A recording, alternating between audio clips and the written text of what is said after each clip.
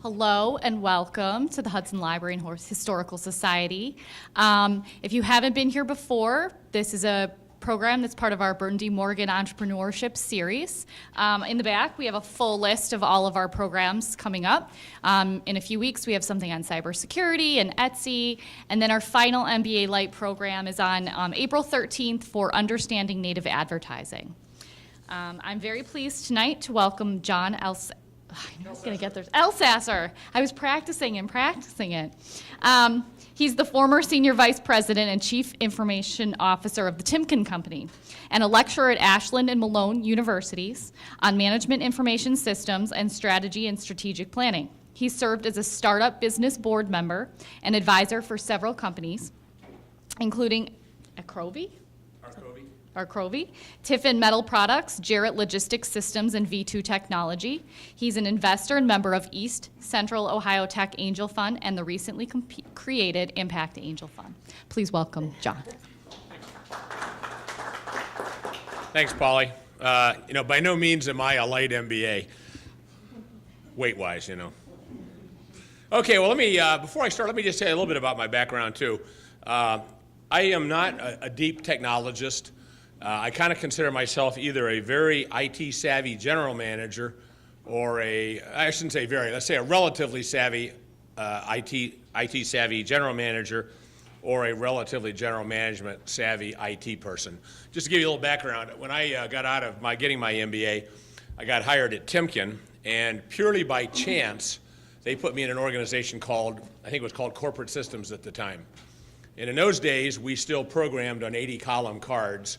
And, the process would be, you would code a sheet with pencil, put line numbers and all your instructions, send it up to Key Punch, and either the next day or if you were lucky, maybe that afternoon, if you set it up early in the morning, they would come back as punch cards.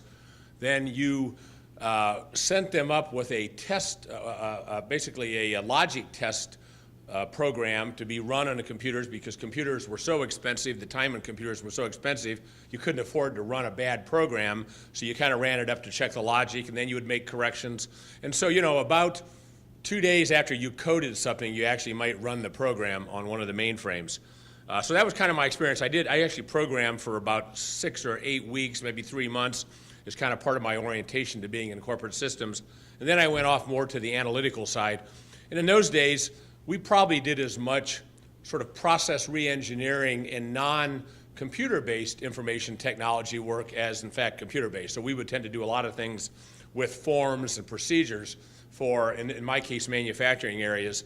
And so we were a little bit of a combination between information technology and industrial engineering, or today process engineering. So it was, I'd say in some ways it was a good experience and a good preparation, maybe not necessarily the best preparation for being in IT today. But because of that, I got transferred then. I got my next assignment after being in IT was to manage the distribution center of Timken over in Bucyrus. And it was all mainframe based. We had, various card processing equipment that we would, remote send card files to Canton to be processed on the mainframes.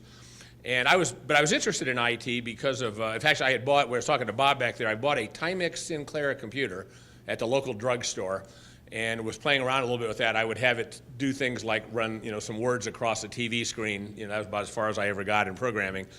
But one of the things I found out is our vice president at the time at Timken, and like many times, including my experience as CIO, IT is part of the finance organization.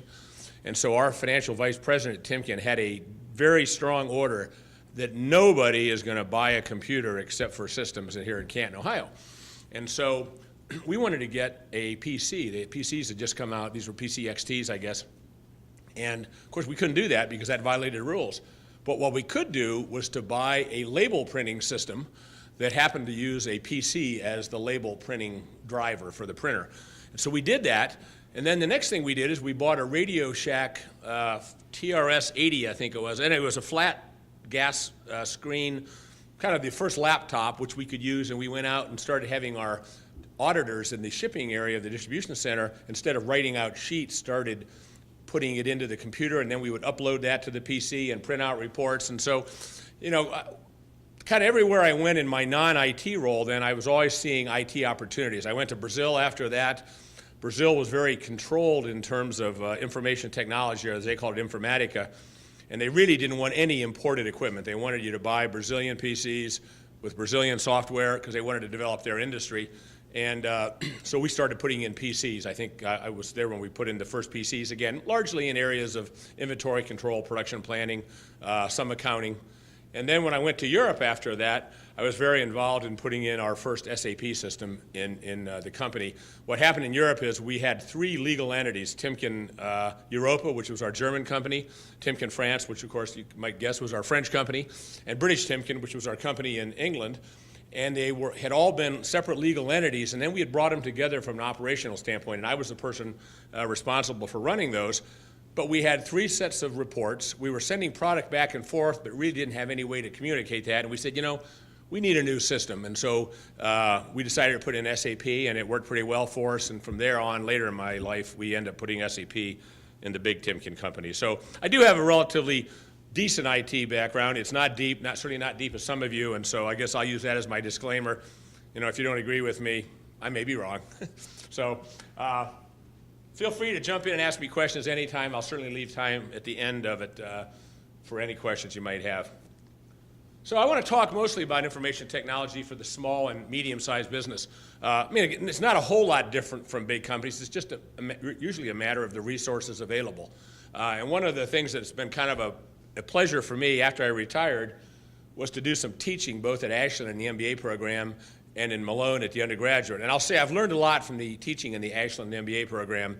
You know, the MBAs are all working someplace. It's a part-time MBA. They're coming either in a weeknight or on a Saturday, and they're all working someplace. And most of them are smaller companies. Yeah, we have some Smucker folks and some Timken people, but we also have a lot of smaller organizations. And I've learned quite a bit about running smaller organizations from the questions they ask and from the questions I ask, and they look at me kind of like I'm asking dumb questions. So what I wanted to do here was talk a little bit more about IT for the small and medium business, but if you're in a big business, it's not a whole lot different.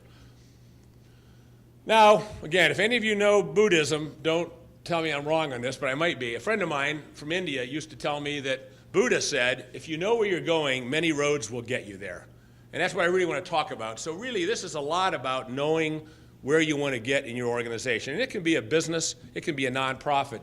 But if you know where you're going with that organization, then there's a lot of ways to get there, and IT will be one of the things that help you with that, and we'll talk more about that. So let's talk a little bit, what is information technology? Again, this might be, as a British friend of mine used to say, the statement of the blindingly obvious, but one piece are applications. And this is the thing that most of us know about if we're, at our PC or at a terminal. And there's applications like business and enterprise. Certainly SAP, Oracle would be great examples of that for large companies. Sage would be an example for medium companies, smaller companies or organizations. Microsoft Dynamics would be another example. They tend to do the supply chain issues, the manufacturing issues, the accounting issues, and then they've grown to cover a lot of the business waterfront, really.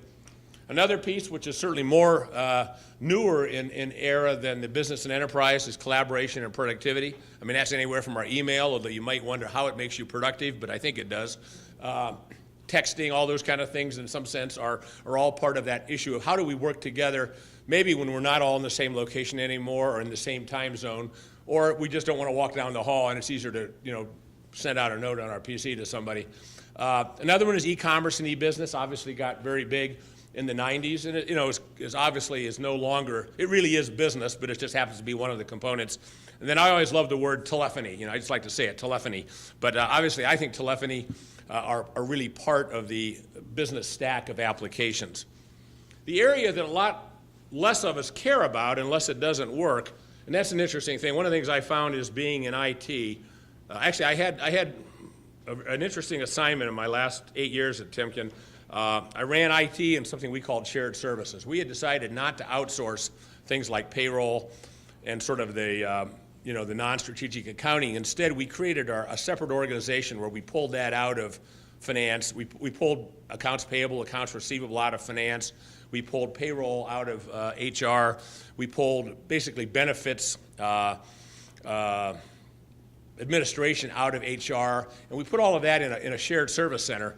And a lot of it we moved to India. We did all our AP, all our AR, and all our payroll in India for the whole organization. But one of the things I found being in IT, and doubly so with shared services, you're not going to get a lot of pats on the back for doing a good job. I mean, you'll certainly hear about it if the email isn't working for about a second. But I never got a call from anybody saying, John, hey, I want to thank you. Boy, this response time on email was really good today, or, my emails all got delivered like I expected them to.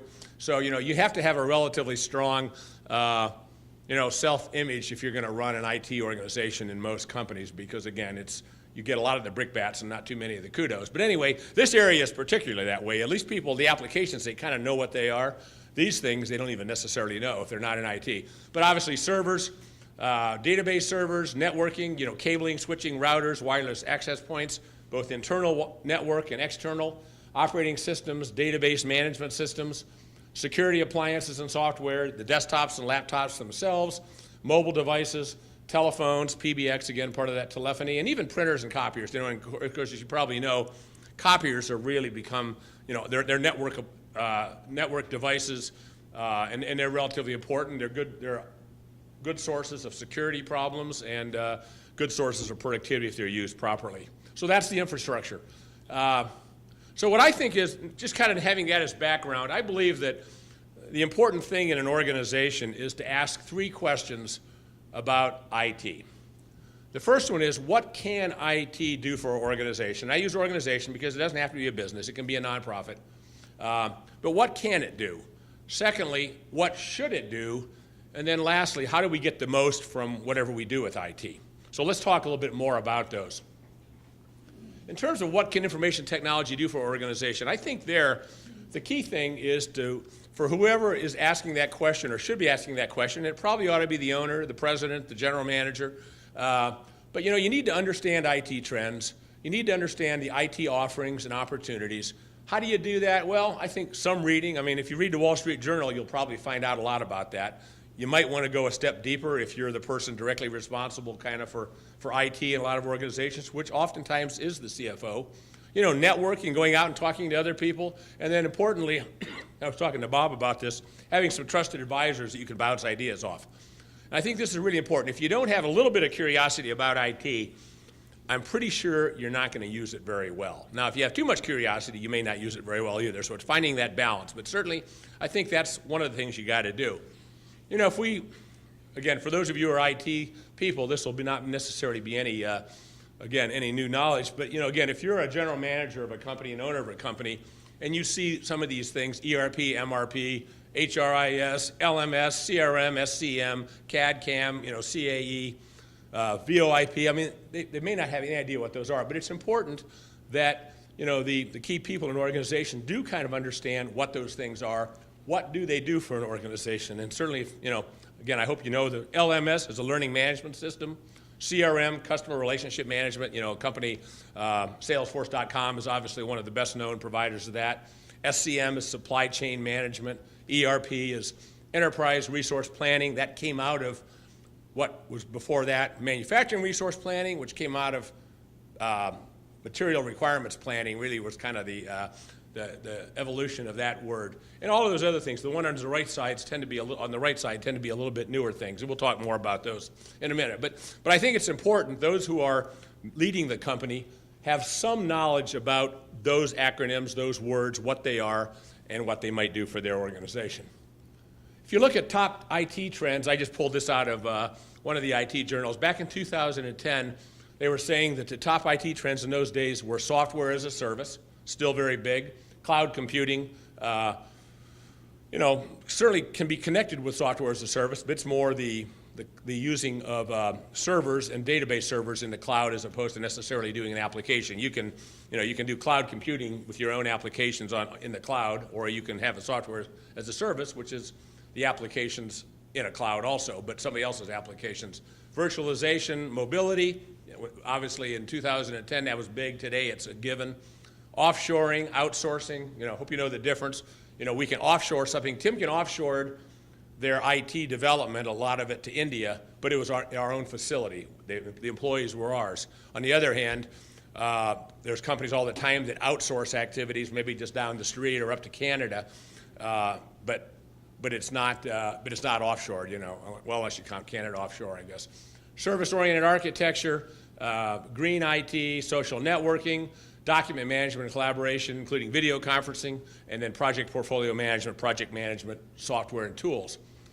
If we look at 2015, some of them are still there, computing everywhere, the Internet of Things, that's certainly a big thing with increasingly IP-enabled devices of all sorts that connect to the Internet and give information.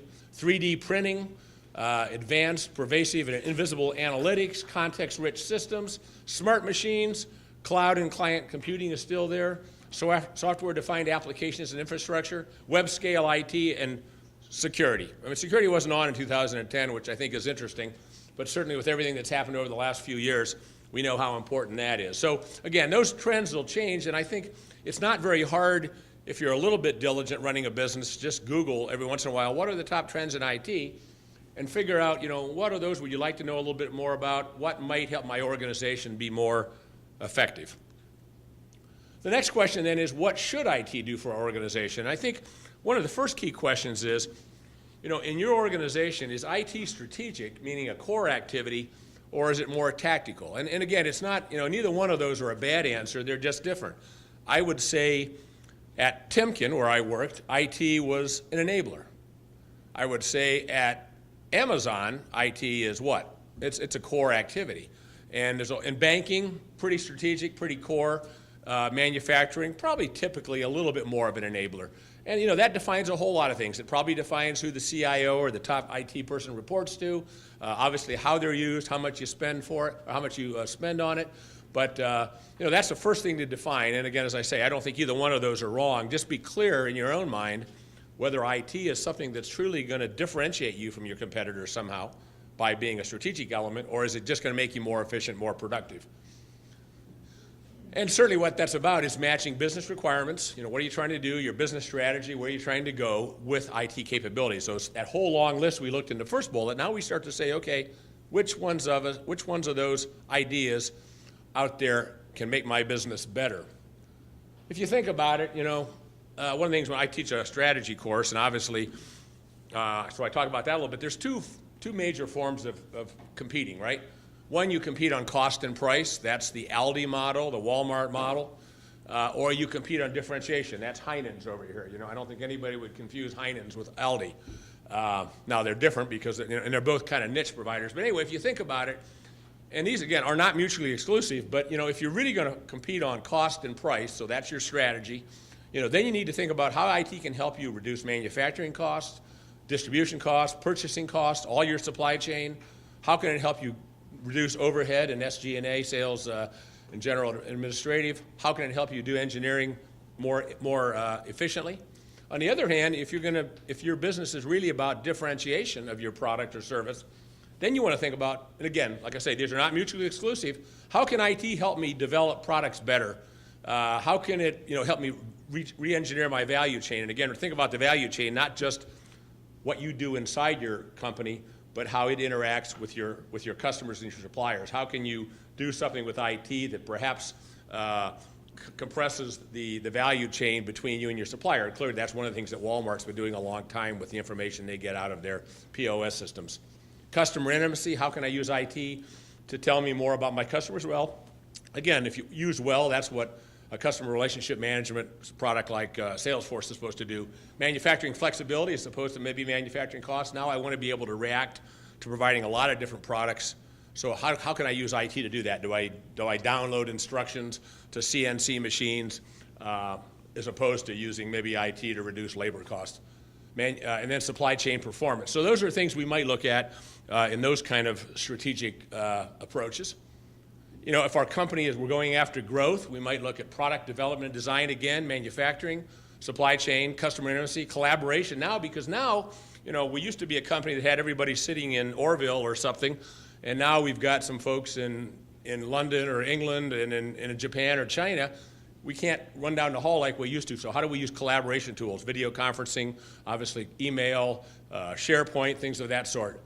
Fran will like this, human resource management and learning systems. How can we, if we're going to grow, I think we need more people and maybe different people than we needed when we weren't growing.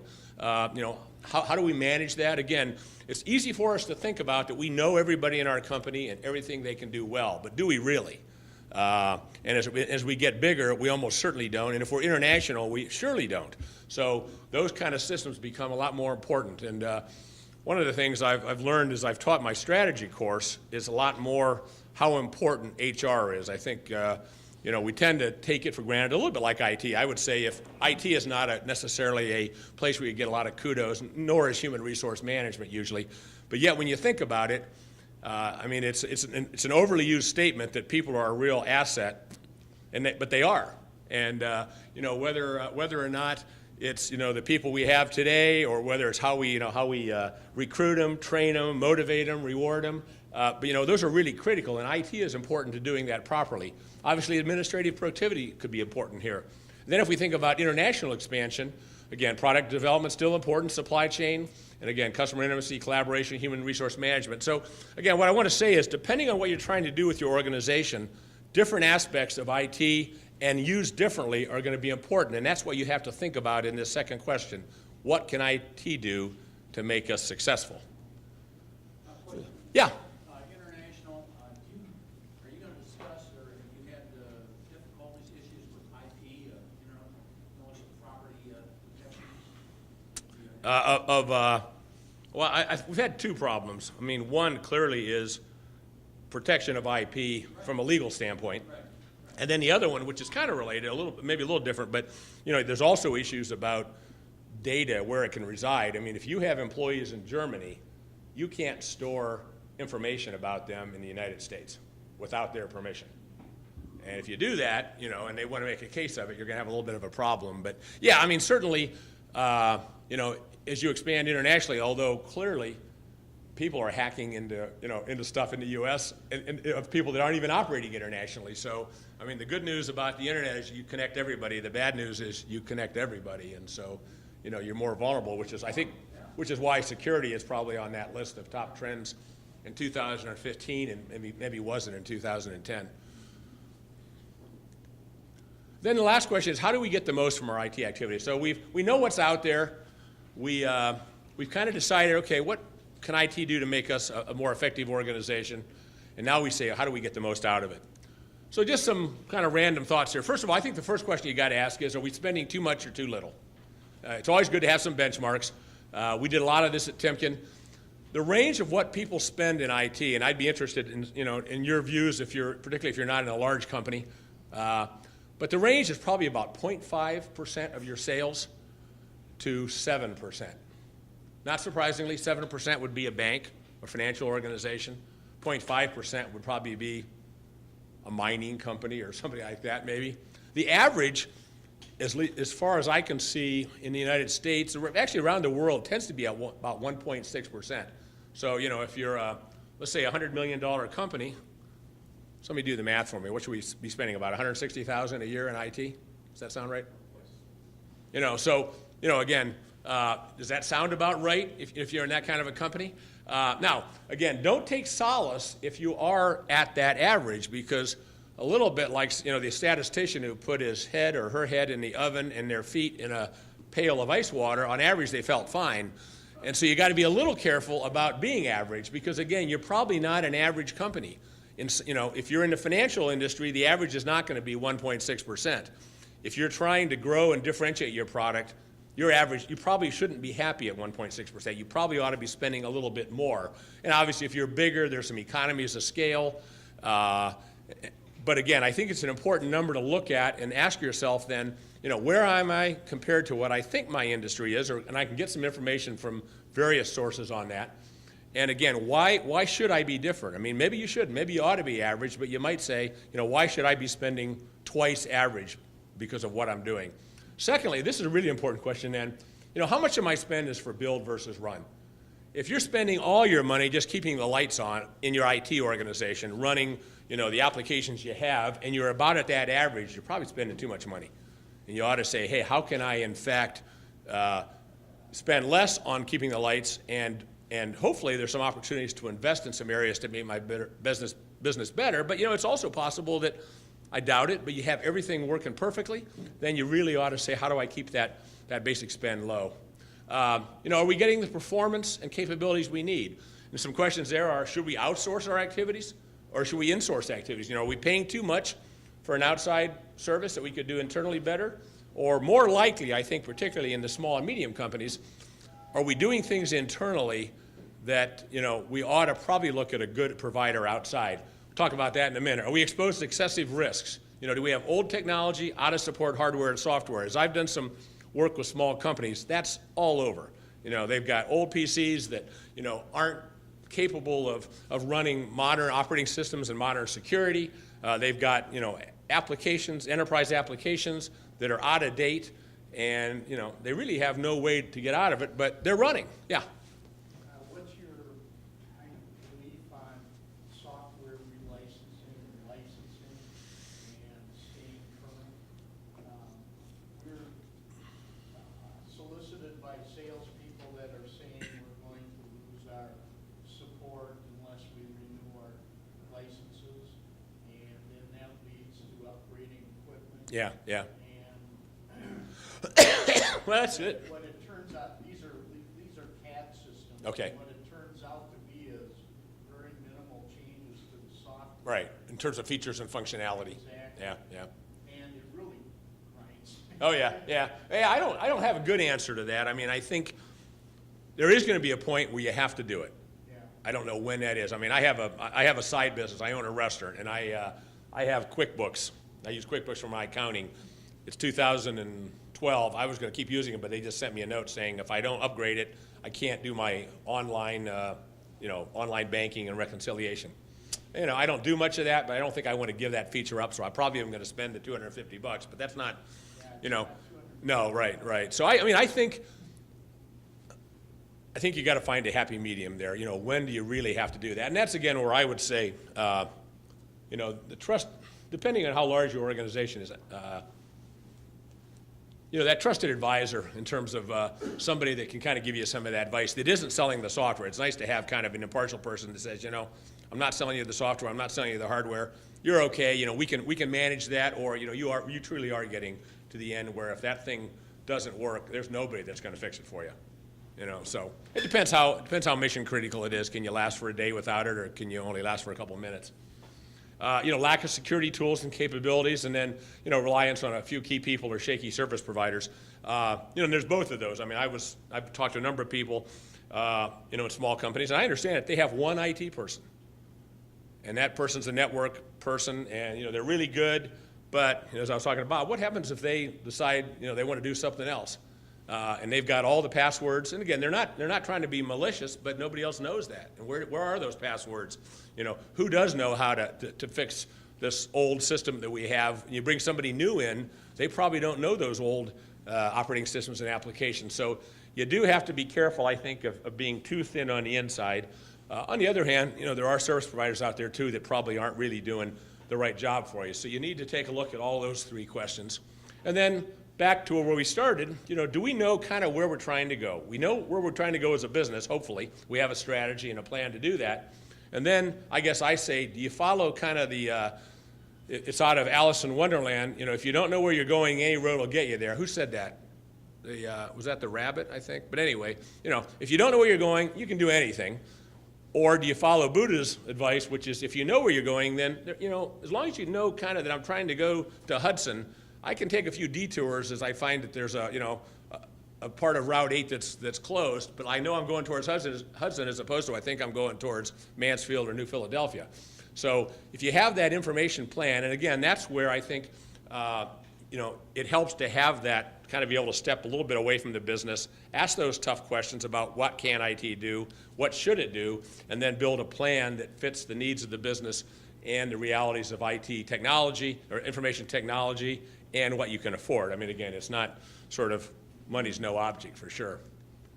This is a chart that's kind of busy, but I think it does kind of capture, everything in sort of managing IT. And if you think about it, IT really starts with the needs of the business. How much, in the middle we have operations. That's keeping the lights on. Okay, we got to do that. We have maintenance. We have service levels we're trying to accomplish. That's an interesting thing. When we were looking at buying an SAP or an ERP system at Timken, one of the things that we were debating between Oracle and SAP, and as we looked at Oracle, they really pushed a lot the Oracle managed service or the Oracle cloud thing. But yet, when you looked at their service levels, they really weren't a service level that Timken would accept, at least at that time. Now, you could always pay more and get a better service level, but it really did drive you to think about doing it yourself. But you need to look at those service levels. So we have the operate, keeping the lights on. On the right side, we have reaction. And unfortunately, systems do have problems. It could be oftentimes after you've made a change. That's probably the biggest times that systems have a problem. But there's all sorts of reasons why you need to react to some kind of an issue. And then we have innovation. So keep the lights on the right side, fix problems on the right side. And on the left side, we're trying to say, okay, we as a business need to do things differently. You know, what are those new initiatives? What are those big enhancements we need to do? So then you have to think about, well, how do I prioritize and distribute that? How do I approve requests? You know, in a big company, they have help desks and organizations like that, but you have to have some kind of ability to say, I've got 10 requests here for things. What's the priority? Which ones are really, do I have to do today? Which ones can I wait to tomorrow? Which ones can I wait till next year? On the more investment side, we look at, hey, what are our portfolio of projects, our investment projects? And then obviously we have to run all of those through our IT resources of staff, of infrastructure, and budgets. Budgets could be outside spending, outsourcing, whatever. And then obviously we deliver that through projects, through operations, and through support. Projects meaning enhancements, new activities, operations, running the place, and support, a help desk, or however you do that. Kind of surrounding that are just two other areas. One is kind of what are some of the methodologies that you can use in IT to manage it. Six Sigma, you know, the elimination of variation is important. If you do that, you'll have less reaction you have to do. ITIL is kind of a theoretical term. It comes out of the UK. I mean, I think there's a lot of good things in there. It's probably bigger than most small organizations can think about. The capability and maturity model is similar to that. Again, some good ideas. Probably just have to be careful of taking it too far. And then on the right, of course, we need to manage things. So we need to manage, you know, our portfolio, our operational performance, our employee satisfaction internally to IT. You know, are they happy? Are they doing the right kind of job? Our clients, our internal clients, are they satisfied with IT? And then obviously, how much do we cost? Are we 1.6%? Are we 0.7%? Or are we 7%? So that's just kind of a model of that. So with that in mind, then really, again, I just go back and finish with saying, you know, what we want to do is say, what are the IT capabilities that could be used in our organization? What are those out there? What should it do? So given our current near-term business strategy and resulting tactics, which IT capabilities would enable, support, or improve our strategy and its execution? And then last, how do we provide IT capabilities? How do we sequence changes? Clearly important. How do we efficiently and effectively manage our internal or outsourced IT resources? And that's kind of the, you know, the gist, a very high-level view of managing IT for any company, but particularly for a small and medium-sized one. So with that, I think I'm done with the formal remarks. I'd be happy to answer questions, debate with you, or whatever. Questions? Yeah. Did Timken exercise Lean Six Sigma? We did, in manufacturing and in IT, and it actually worked pretty well in IT. We had a Lean Six Sigma. Lean and Six Sigma initiative that we worked in IT, and it did a lot of good things. I mean, I talked about printers. One of the things we looked at is we took areas that we thought we could go after waste and cost, and areas like printers were a big one. I mean, we had way too many printers. With newer printer technology, which we didn't have to buy, we could lease. We could do quite a bit with reducing the number of printers, copiers, you know, and again, those are sources both of inefficiency and efficiency, as well as security. We had a case one time where somebody printed out, you know, the approach to union negotiations, and left it on the printer in the manufacturing office, you know, which was not a good thing. And of course, today printers can have capabilities that you will send that to the queue, but it doesn't print out till you walk up to it and either, you know, put in your code and then all your queue comes out, or even, you know, they have things like, you know, badges that can recognize it, so it says, okay, you know, John, the guy just printed out that report about the union negotiations. It's okay, we'll print it out here. It's not the, you know, the union steward or something. So we did it. It was pretty effective, I think. We consistently got costs out of IT, and not huge amounts, but significantly we were able to get savings. Licensing was one. We would look at licensing. You know, how much, you know, go through and say how many things are we licensing that we don't even use anymore. And so there was quite a bit of waste that we found. And that was kind of I mean, that wasn't certainly a core activity, but everybody was expected to do some work on Lean Six Sigma in the IT organization and shared services. IT actually did it better than shared services, though. When did you start off with the Lean Six Sigma? In IT, I'm going to say, actually it preceded me. I started in IT in 2003, and I'm going to say in about 2001. We had a guy, he's still around here, John Belton, who was a real big proponent of Lean Six Sigma, and it worked pretty well. We also had a GE guy that came in 2000, and was CIO before me. And if you know anything about GE, they were big on workouts and Lean Six Sigma, and he did bring that in. Yeah. Well, he helped on that, I'm sure. He then became president of Goodyear, then left, but yeah. You mentioned an article in SAP. Those are actually for medium, good-sized enterprises. Yeah. What do you suggest for 100 people now? I think Microsoft Dynamics is one. I mean, Sage Maz might be another.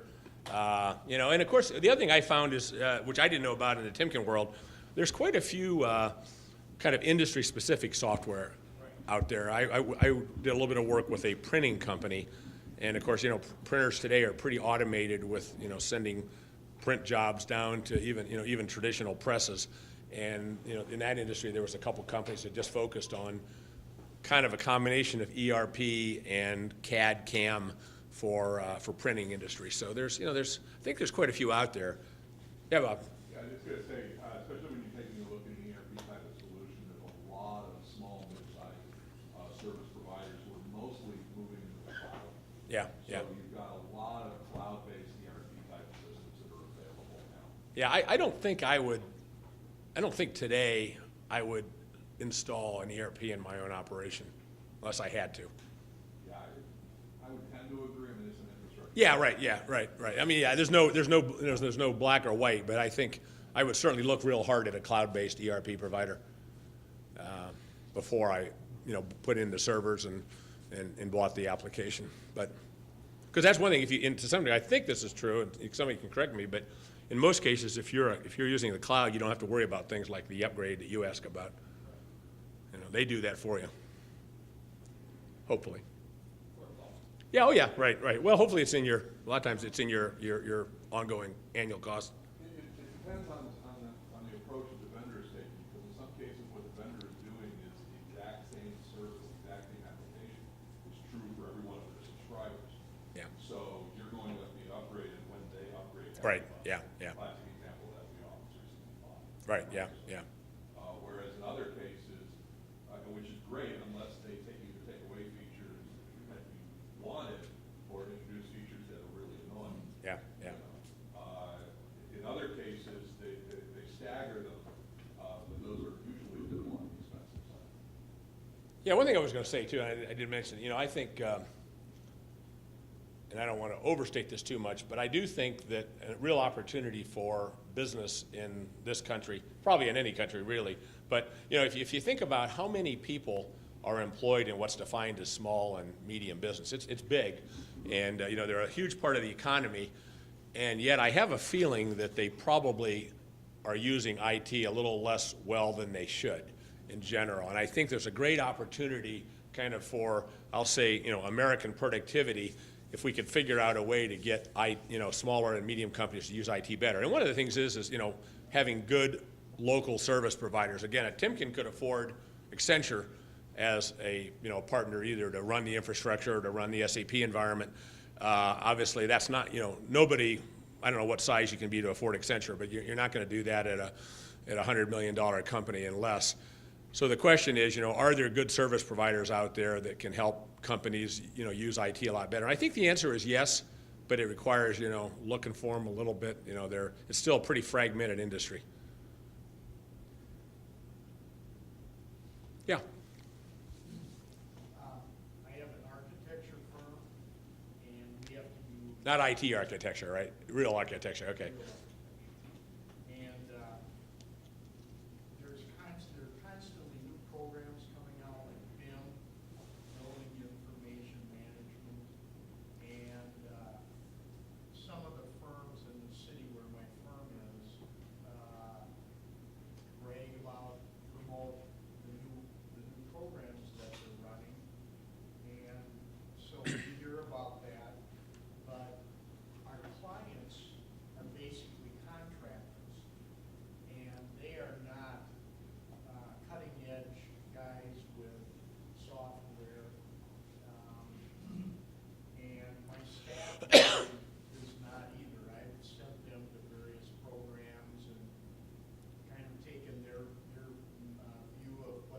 Yeah. softwares, and they're saying, no, Yeah. doesn't apply to us.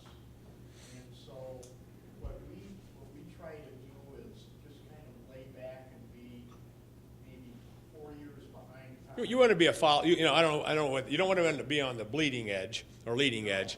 Now, you don't want to be, Leading edge, I like. right, yeah, you don't want to be on the bleeding edge. Now, are you a fast follower or kind of maybe you're a medium follower? And there's nothing wrong with that. I mean, again, I think you have to look at, your customers and what are they asking of you, your internal operations, I mean, there's no use putting in systems that you can't use, from a capability standpoint. Now, you could argue if there's a system you absolutely should be using and your employees can't, then you either have to train them or, get different employees. But again, that, I don't know how often that's the case. But clearly your customers are going to drive a lot what you have to do. And again, you don't want to be so far behind that everybody else gets ahead of you.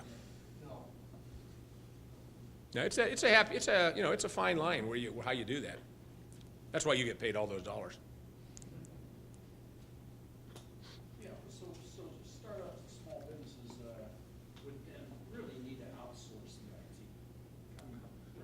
And if so, let's say they do, what sources would you cite?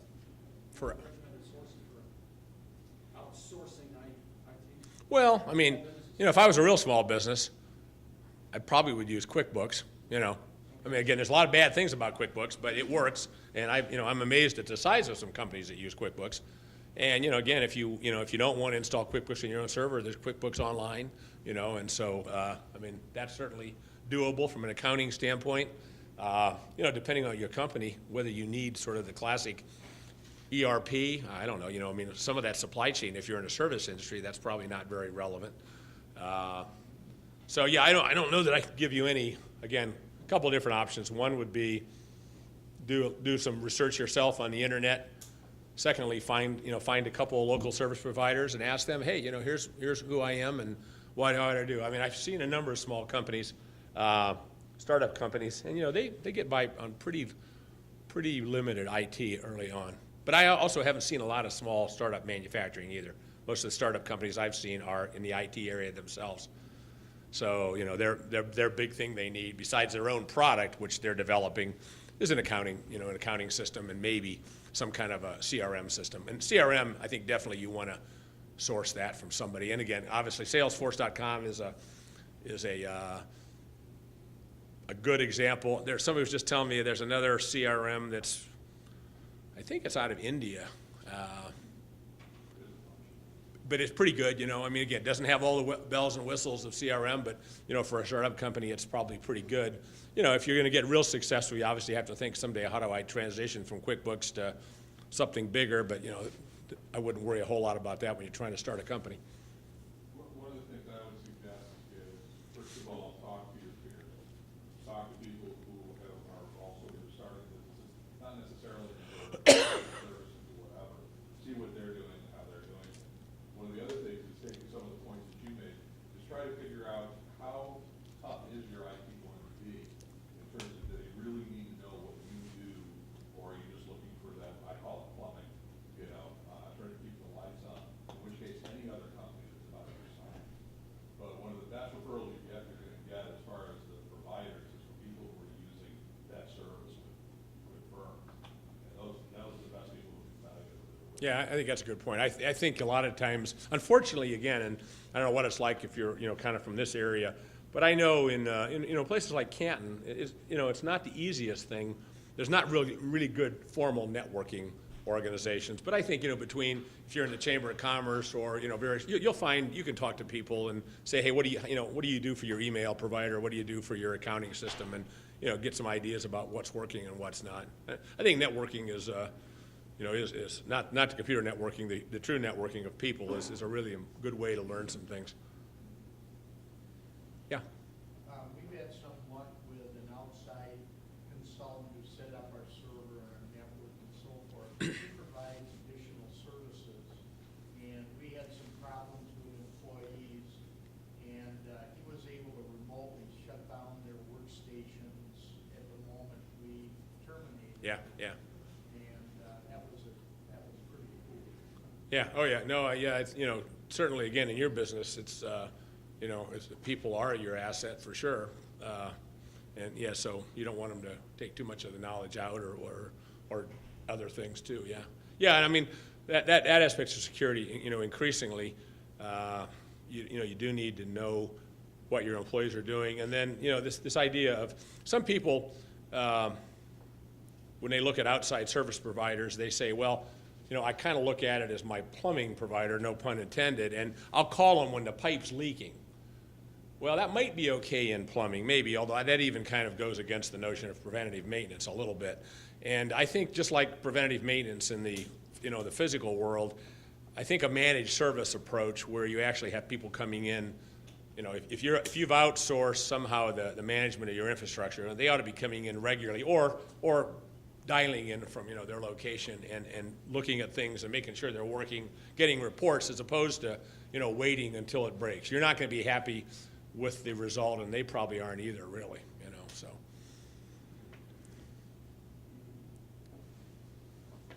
Yeah. Can you address the security issue a little bit more? Just simple things like, you know, using Square for credit card payments and stuff is fine. Even something that's small, I'm worried about security issue or legal liability if, say, that information gets stolen, happens to be the data, use it with me or whatever. I don't know if you address that a little bit. Yeah, not too much. But I agree with you. Again, you know, as I say, I have a restaurant, and one of the things is I kind of opted for a relatively secure POS system as opposed to something that was a little less secure, I guess maybe because I'm paranoid or something. But yeah, I didn't really want to compromise people's credit cards and then be responsible for it. You know, I think, and again, I don't know, I think Square is okay, but, you know, again, I'm not. I don't use it, I know people Yeah, use it, yeah, and yeah. you should get it, and that's fear with it, because I am paranoid with, you know, my information, I wouldn't want my customers to have. Right, right, yeah. I mean, I think, again, I would say in anything like that, there's a certain amount of due diligence you ought to do, whether, again, it's, you know, doing a certain amount of research just through what's available on the internet, and then secondly, finding some folks, you know, in a similar business industry that you can talk to and say, hey, you know, have you had any experience? And then, of course, you know, talk to the vendors. I mean, the vendors will give you a lot of information. Obviously, it's oftentimes a bit self-serving, but I think, you know, I mean, most of the vendors are pretty straightforward. I mean, they're obviously going to put the best spin on their solution, but I think between all of that, you'll get some ideas. And, you know, I would certainly say, and then again, that's one thing I'll just say as an example, you know, shame on me. When I bought my POS system, I looked at about 3 of them, but in hindsight, I didn't look at them closely enough. And one of the questions I forgot to ask, okay, what's my cost going to be in the second year? You know, I looked at the acquisition cost, and they all looked about the same. And maybe the second year cost would have been the same for all of them too, but now I'm not so sure because I don't think I asked that question. So all of a sudden, after I've had my system in for a year, I started getting these bills for my my hosted loyalty card system, for my hosted gift card system, for my mobile. I have a mobile app that I can check my sales, and you know, I didn't really. I guess I wasn't smart enough at the time. I'd never been in the restaurant business, so you know, shame on me. But I had been in the IT business, and I should have said, okay, let's take a look at the total cost of ownership of your package versus this person versus that person, and certainly ask about, because one of them said, oh, yeah, you can use, you know, an iPad for your, you know, your entry of orders from your servers. But then another one said, well, you know, there's some security issues with that, and, you know, I probably, you know, if I was really worried about that, I would have, you know, probably researched it a little bit more. I didn't go with the iPad, so I took probably the most cautious response. Whether or not it was the most economical in hindsight, I'm not sure, but. Yeah. As far as email, what questions do you think small companies should ask themselves as far as if they can get by with a very basic business email service, or if they need something elaborate where the employees, like when they send out emails that they cannot be forwarded to anyone outside of the Organization, yeah.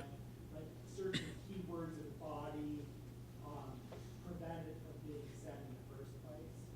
Well, again, I would think, you know, again, it goes back to, you know, what's your business require? If you're, you know, if you're a restaurant, I'm probably not too worried about that. If I'm, you know, an architecture firm, or if I'm an engineering firm or designing, you know, nuclear bombs, I might be, you know. So I think one, you got to ask, how important is, I think I would divide it into, features, functionality, productivity, kind of user friendliness and security. I mean, you have to look at all of those aspects and say, you obviously don't want an unsecure email system, but how secure do you need it to be? I mean, you can obviously have emails that encrypt everything. Do you need that? Probably not, I mean, I think, again, I wouldn't think that too many organizations today should be hosting their own email system. And I would use, Gmail, Hotmail, or whatever they call it now, MSN Mail or whatever, or somebody, I mean, there's all sorts of folks out there that provide email. In fact, Bob, you can probably, but, I think putting in an Exchange server today is just a cost that you don't really want to do. A couple of things. First of all, whether or not you're going to be dealing with vendors or customers who are going to have compliance. So if you're dealing with any HIPAA or SOX issues, SOX is basically the manufacturing side. Sarbanes-Oxley, that's, yeah. Required, public accounting requirements, all that kind of stuff. So that's the first thing. And if the answer to that is yes, there are your requirements right there. They have to be compliant with one of those. The second is, are you going to want to retain emails? In other words, if, let's say I'm your employee, don't cry. But if I'm your employee, you want me to be able to delete emails so you can never see them. Gee, I think I heard about that on the TV the other day. And I'm not running. That's all right. I'll just print out the emails I want you to see. You see what I'm saying? In other words, and this is for current employees, former employees, you want to be able to discover emails or search on the line. And then the third is do you want a person to be able to have the exact same set of emails, whether they're looking at it through their phone, their tablet, their desktop, their laptop, so they can have all of that? And then do you want everybody to be able to, like share calendars or contact information? Now, if the answer is yes to a bunch of those, that really does not dramatically increase the expense of this stuff.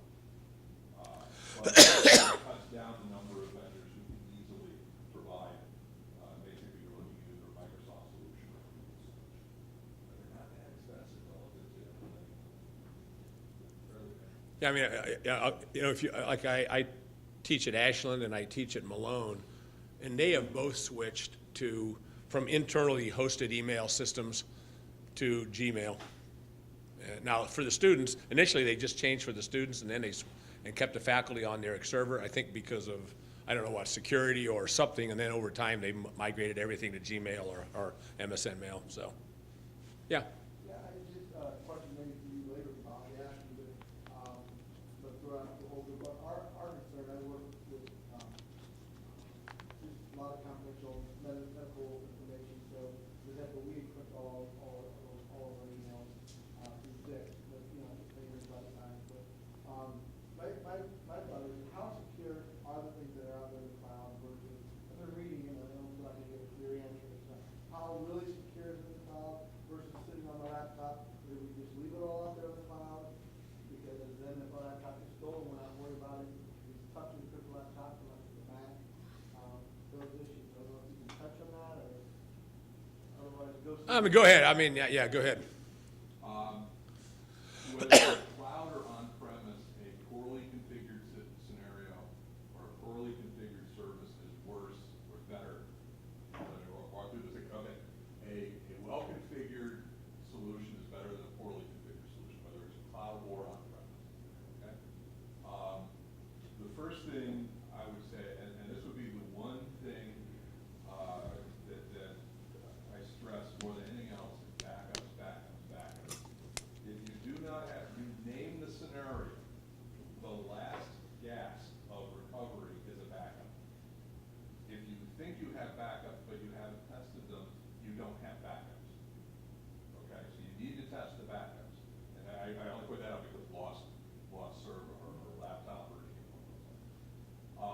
The second is that if you are buying the cheapest service in the cloud, it's not secure.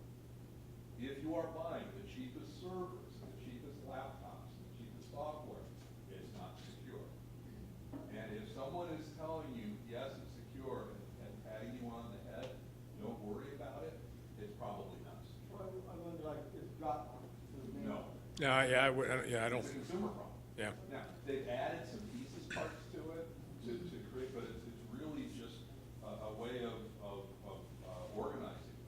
So, and I have a little bit of a preference against consumer products that they've been ratcheted up a little bit. So you have, I would say that Dropbox is about here, OneDrive, which is Microsoft, a little better, but even that I'm not too thrilled about. But you've got a little more centralized control from the organization standpoint. There's a product we use, by the way, I'm one of those guys, he said we should do it. Anyway, we use a product called Anchor, which we can have reports, alerts, limits, all that kind of fun stuff. It costs more, you know. That's not, I'm just, we've been talking about it, and I think we're just, we'll probably keep talking. Absolutely, and then not to push. Yeah, and actually, that's something I didn't talk about at all, and I'm glad Bob mentioned. I mean, one of the things, certainly as you think about managing IT, is that whole issue of disaster recovery and business continuity. And that's an area, you know, again, if you have sort of your network administration person in the company, and that's your only IT capability, and you haven't really either thought of that or haven't tested it, yeah, you could be certainly in for a rude awakening if your server burns up or your data center burns up and you haven't, you know, stored the data someplace else. And yeah, and I was just surprised the other day. I was talking to somebody and I couldn't believe the size of this company, and they were using Dropbox for their files. I just, you know, was kind of astounded. They were a $300 million company, and they were putting their data out on Dropbox. And it's not, you know, it wasn't, I just worried about everything about that. Security, just the practicality of it, and, you know, it's not really designed for that. I think if you're a $300 million company, you can afford to have a little bit better cloud storage than Dropbox. Yeah. There was a really good article in the Wall Street Journal within the last week about various Dropboxes that there could be. Plus, there was another article next to that where a lady set up her own iCloud. And really good, worthwhile. I don't know. But it was within the last week.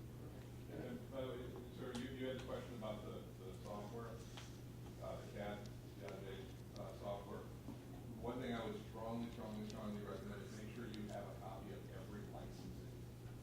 Key, software, media, all that good stuff, and full image-based backups of the devices. Yeah. What's the best system you recommend for backup? Anchor? Something that's washed. And honestly, we use a tool called, or a product called Shadow Protect. Yeah, and there's other tools as well. I mean, the bottom line is backup software, any good backup software will fail on occasion if someone's not watching it and if someone's not testing it. So I don't care what the solution is, as long as someone says, yes, I've got it, so if failures happen, we know about it and we test something on a regular basis. As long as that's happening, then it's okay. And the other question that I think is important for business owners to answer is, and I don't mean to take over the conversation, is what is an hour of downtime cost? Yeah, obviously it depends which system it is, right? If it's your, Absolutely. And yeah. some companies make it very specific down to this, it depends on this, it depends on this, which is great. Yeah. Other companies just give you a number, but the issue is that in terms of how much is it worth to have a backup or a business continuity recovery, without that number, you're letting the IT guy decide what your budget should be. And of course, that gets back to also this question of, you know, do you have a managed service or do you have a break-fix service provider? Again, you know, if you don't mind the system being down while the break-fix person finds the person that knows your stuff and brings them in and they get it going, or versus having, you know, the managed service where hopefully they've maybe caught the problem before it happened, or if they haven't, at least they were there a couple days ago or were there virtually a couple days ago and can kind of go back to that point or whatever. So, you know, I think it always kind of reminds me, although we're moving in that direction, but, you know, somebody said, well, why can't we have like, you know, drive-by-wire in automobiles like they do on Airbus jets? And I said, well, and of course, like I say, we're moving to that direction anyway, but I said, one of the differences, there's somebody looking at that Airbus jet every time it lands and monitoring things. You know, do you and I take our car in? We don't take it in until it breaks, you know, and so, you know, your IT is important, is as important, to your company probably as that jet is to the pilot and the people riding in it. And, it does behoove that you have good maintenance and, preventive maintenance and, and really taking a look at it as opposed to waiting until it fails. Yeah. We're redoing our employee guidebook, and I have some IT guidelines in them regarding things like personal email not be used on the business system. And is there any place where I could get a generic description that might be applicable to a small company's IT? Fran, do you know of anything? Fran is an HR professional. You know of anything like that? I mean, kind of, let's say boilerplate, or at least a starting point of procedures for somebody to write, kind of the IT policies for a company? There are different ones available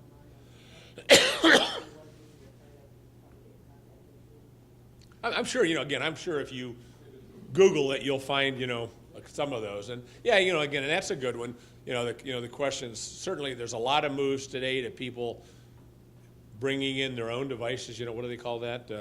BYOD, bring your own device. And, if I like a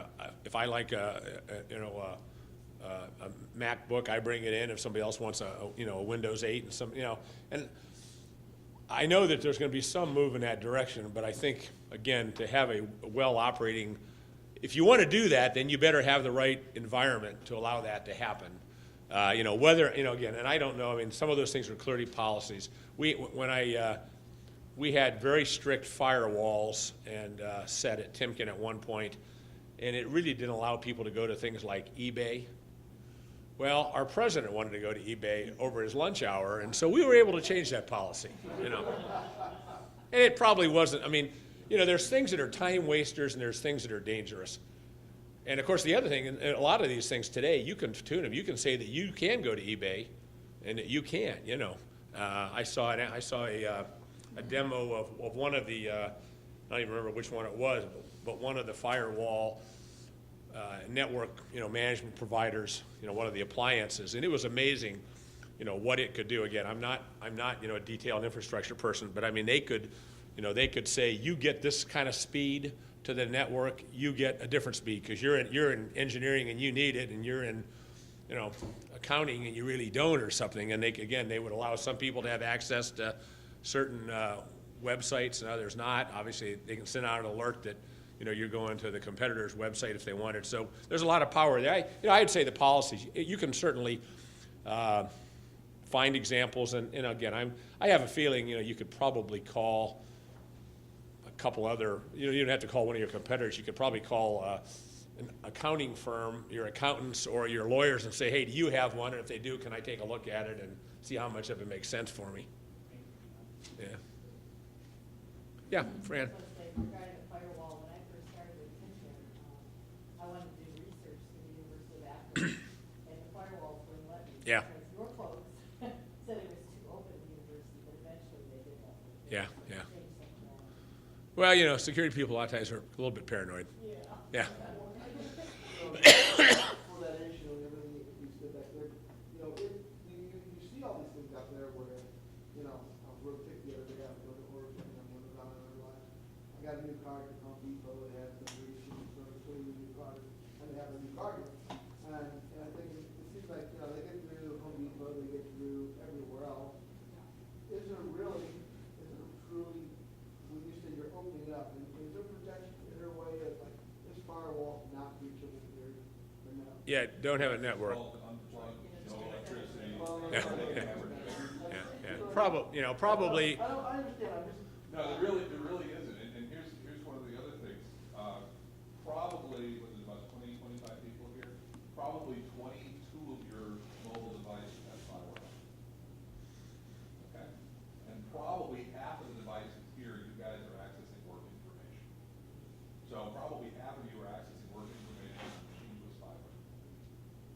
If you connect your phone to a wireless network, and you say, remember the connection, anytime your phone goes near a wireless connection with that name, doesn't even have to be the same, your phone will automatically connect with it.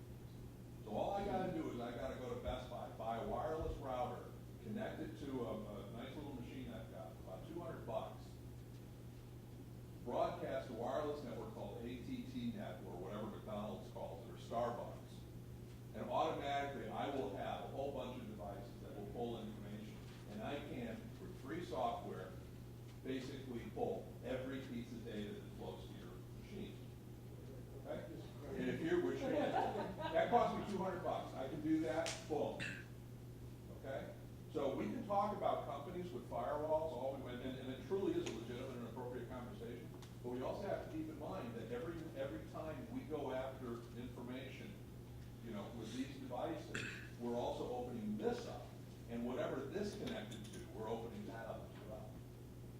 You know, these things are so bloody insecure, but they're fun. And convenient, fun, convenient, you know, I really, you know, and of course, again, the beauty that, or the safety that a lot of us have is that people don't care about what we know. I mean, you know, if you're a small manufacturing company in Bolivar, I don't think there's a lot of people that are trying to hack into your system.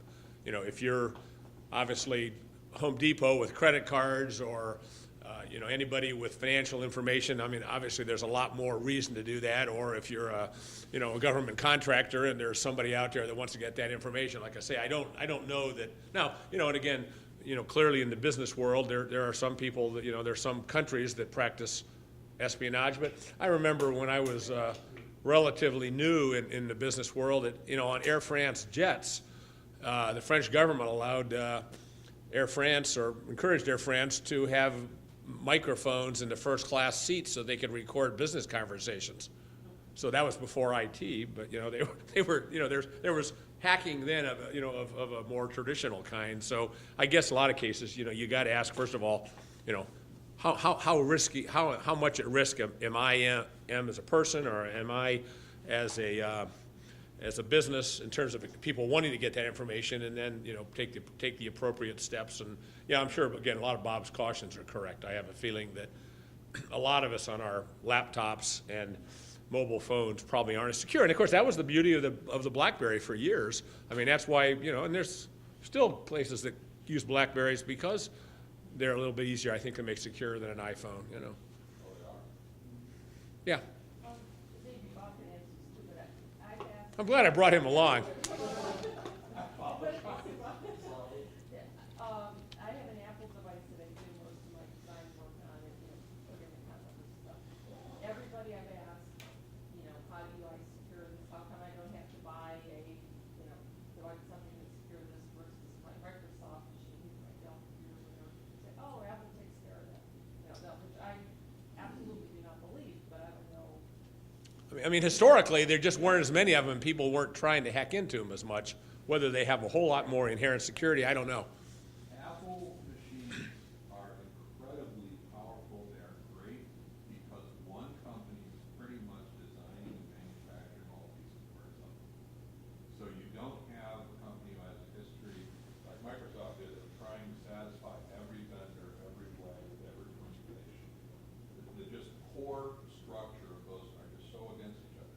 So one of the things you have to understand is when we talk about company breaches, which is essentially an outside organization or individual is trying to get access to internal information, whatever, for nefarious purposes. About 30, I think it's 32% of them happen through viruses. Okay, the rest of it is through malware, phishing, exploitation, all of that good fun stuff. So the advantage that Apple had in terms of the natural virus defense pretty much moot. It doesn't really matter as much. And, you know, one of the biggies right now is the whole ransomware is an example. One of the big problems is that a lot of the bad guys have found ways to make good money off of exploiting security vulnerabilities, and without trying hard. It's all automated. And that to me is one of the scariest things. It's not the technology, it's the fact that they're making money off of it successfully. They've got a good business model. They're entrepreneurs. The modern day version of the stagecoach robbers. Kind of. And I guess you do have something coming up on IT security? Yeah. And I do know, I'm on the board of a small startup company, and they're in the IT security. I mean, they have a product that tries to not, it doesn't keep bad people out. It tells you that bad people are doing something, so that you can, you know, hopefully do something about it before they do too much of it. And I mean, again, there's other things to try to keep them out, but if that doesn't, then this does that. But I tell you, it's a hard, you know, I was talking to Frange and her husband. They have a human resource IT company, software company. And, you know, it's interesting to me how difficult it is to sell, you know, new software to people.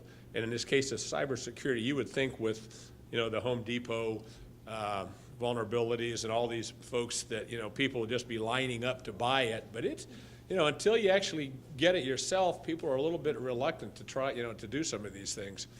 I also was involved, Polly mentioned it, a company that did work with basically archiving. That was a company, Arcovi, comes from archiving. They were archiving social media activities of investment advisors, registered investment advisors, broker-dealers.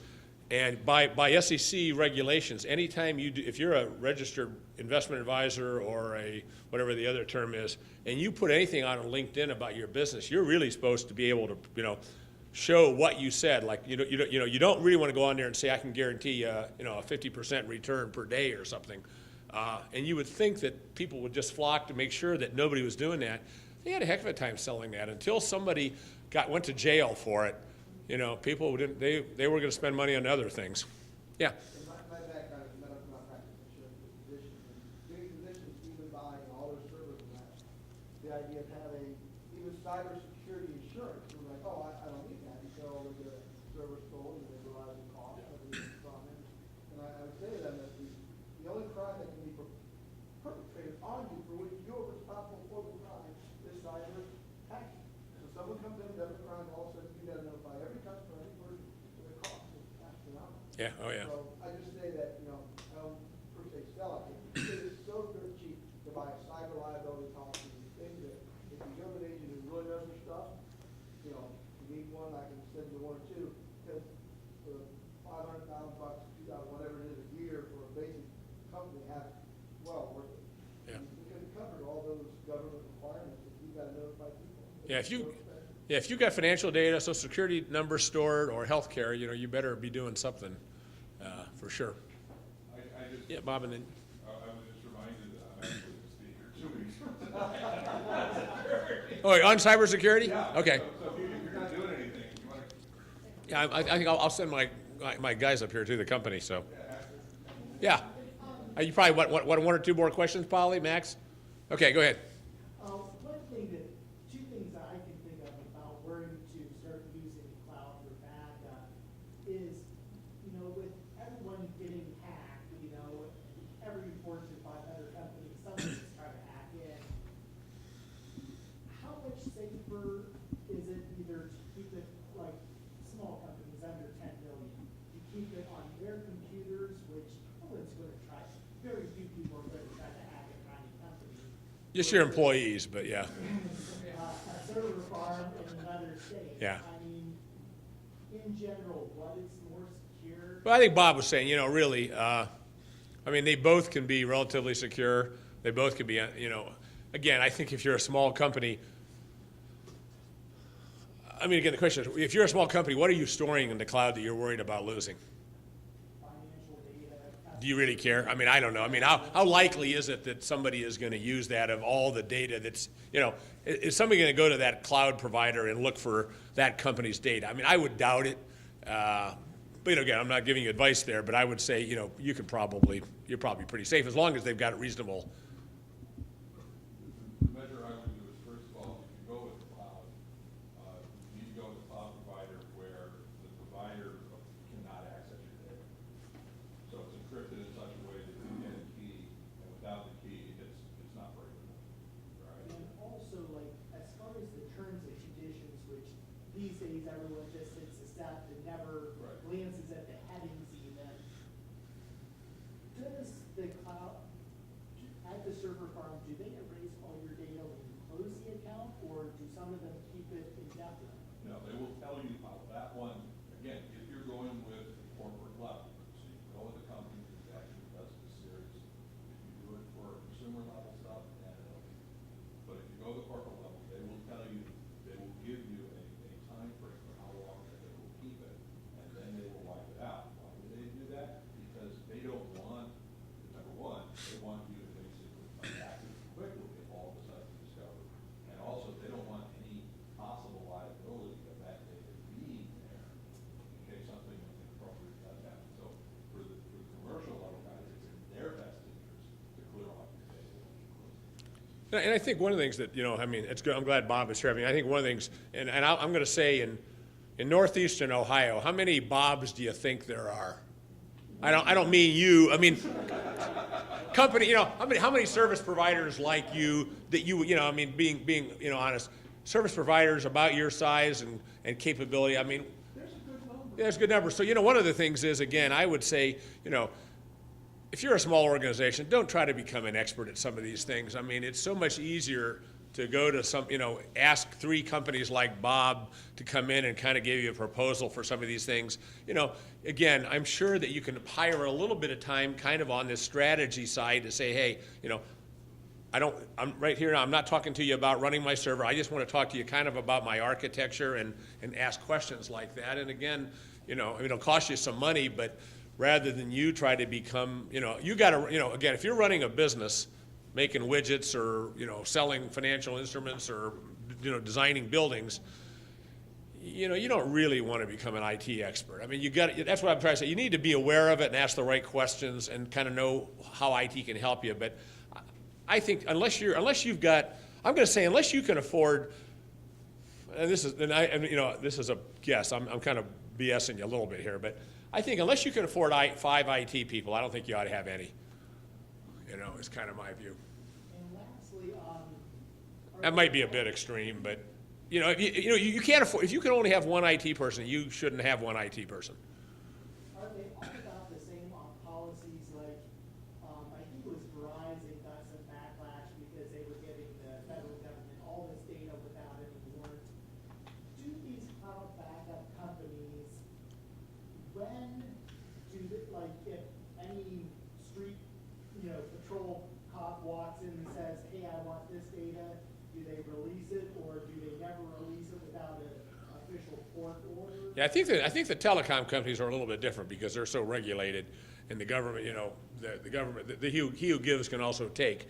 I think the cloud companies, I don't think it would be any different than anything else. They'd have to have undoubtedly a court order and all sorts of things. But they could do that to your own equipment also. I mean, if there's a court order to look at your data, they can come in and look at your server, or probably ask the cloud provider. I mean, I think that's just. Again, it's probably somewhat stated in that contract. I'm sure it's going to say some of those things, but that's, I think, just basic law. So most of them require, don't release it with anything short of a court order? I wouldn't think so. I mean, again, I don't think they would.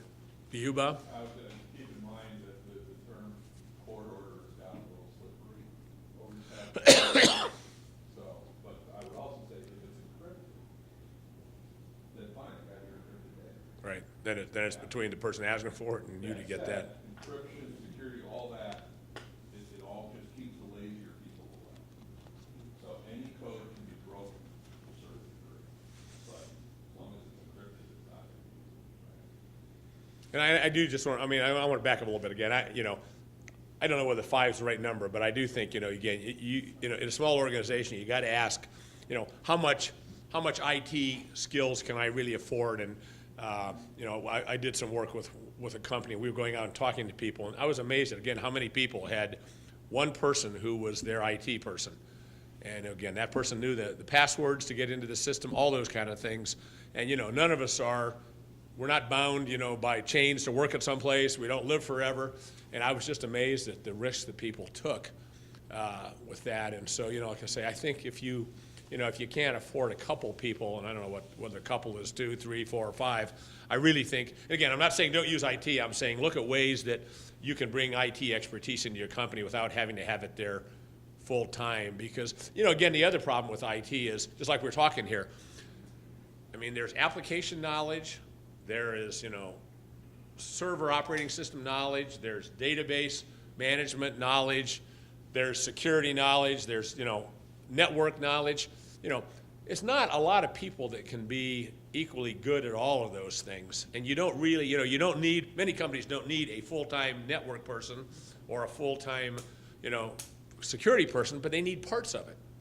And again, that's where I think service providers are useful, because they can deliver parts as opposed to, you got to have, Joe in here every day and he's really good at this, but if this happens, he's not so good, and what's my downtime worth? Or then I bring in somebody on a break fix. So again, I'm not necessarily pushing, using outside people for everything, but I do think for smaller companies, just, my kind of sense is that they should focus on, you know, the important parts of their business and rely, it's no different, you know, you wouldn't probably, a small company probably wouldn't have an in-house lawyer. You know, and I think the IT expertise is not a whole lot different than that, you know, pieces of it at least, yeah. What's a reasonable cost for a small company to outsource their IT? Well, it depends, IT, boy, I don't know, I mean, I think, You know, less than 10 million, what's a reasonable cost for something? It's whatever you're willing to pay. Your check is our command. No, it depends on the complexity of your organization and also the size of Customer the list devices is one thing, and all that. customer list is one thing. So about it'd be a number of servers and workstations, all that kind of thing. yeah, I don't, If you want to talk, this is what I do, so beware. yeah, right. But, you know, it's one of those where you usually take, it would definitely be cheaper than a person on staff. Probably less expensive than that, but it kind of depends on the complexity of the network, what you're looking for, all that kind of stuff. Yeah, I mean, again, I think if you get some, I'll say some proposals from outside providers and they're way out of line with those numbers I said, you probably, you know, again, I mean, that ought to give you a little bit of a guide. Can you give me a range? Well, I mean, what do you think? What do you think as a percent of sales? I mean, can you? Honestly, that has nothing to do with it. It really is how many servers do you have and how many workstations do you have? And then what other kind of devices? Do you have connections that are coming from the outside? Do you have people working from off-site? Do you have customers or vendors who are coming in from off-site? How up-to-date is your software? How up-to-date is your hardware? Because every one of those things, plus or minus, adds a little bit of complexity. Because what we do is literally, you pay us a monthly fee to take care of it. All right, and in order for me to accept that risk, What's your fee range? I have clients who are anywhere from $300 or $400 a month to $10,000 a month. Okay, Yeah. some idea. Yeah, right. Yeah, I mean, I think that's why I said when you think about that 1.6% of sales, that's an average. And again, even in big companies, it depends. You know, how complex is your business? Therefore, you know, how many data centers do you have and all of that. It kind of gives you a midpoint of where it might be. But yeah, each individual industry and company are going to be around somewhere around there. But yeah, so I mean, just to quote your number, then you're kind of saying could be as low as 5,000 or 6,000 a year, up to, I mean, and there's no up to, but I mean 120,000 or so. You know, again, think what a good IT professional would cost you. I mean, you're probably not going to find too many with benefits and, you know, that are going to be less than, I don't know, I'm going to say, you know, 40 to 50,000, you know. 40 to 50 is where you're going to go to good footprint. Yeah. Desktop person. Yeah. Server person, more like 60 to 80. Yeah. Like I said, but I'm not, again, there are clearly companies that can and you know, do a lot of their IT in-house, and that's fine. That's a good solution if it works for them. Okay? Thanks a lot.